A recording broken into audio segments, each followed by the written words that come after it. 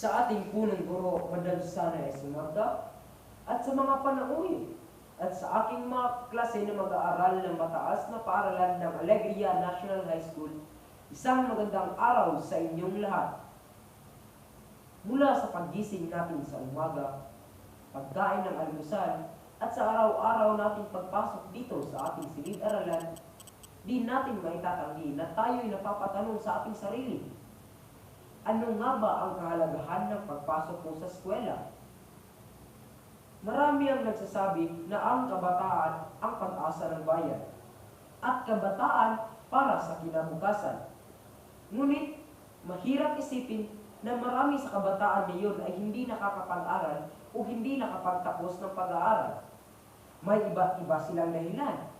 Merong mga kabataan na hindi pumapasok sapagkat sila'y tinatamad at may tumatambay lamang.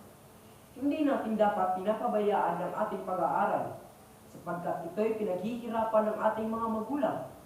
Kaya nga meron tayong kasabihan na sa huli ang pagsisisi. Mahalaga ang edukasyon. Kahit nagasgas na ang linyang ito pa rin ay totoo. Dahil dito nakasalalay ang ating kinabukasan at kung ano man ang kahihinatnan natin sa mundong ito. Upang tayo magkaroon ng isang mainam na pamumuhay at kinabukasan, kinakailangan nating maghanda. Hindi natin maiiwasan na maharap sa mga hadlang na maaaring pumigil sa atin upang makamit ang tagumpay. Kaya nararapat lang na tayo maging handa nang sa gayoy malampasan natin ito.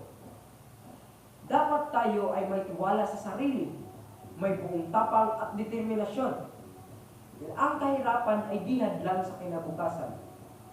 Tayo rin mismo ang gumagawa ng sarili nating kapalaran. Sa paggamit natin ng tagumpay, huwag nating kalimutan ang pagkakaroon ng pananampalataya sa Diyos. Sa Kanya, lahat ng bagay ay posible. Ang edukasyon ang siyang nagbibigay sa atin ng importansyang umunlad sa ating lipunan. Ito lang ang natatanging kayamanan ng ating mga magulang na may pamamana sa atin. Tunay ng edukasyon ang ating pasaporte tungo sa tagumpay. Hindi matatawaran ang kontribusyon nito sa buhay ng mga tao. Lagi nating itatandaan na ang pagpasok sa eskwela ay hindi ibig sabihin na makapagdalubhasa ka. Ang dalahin ka sa tama ay gawain niya.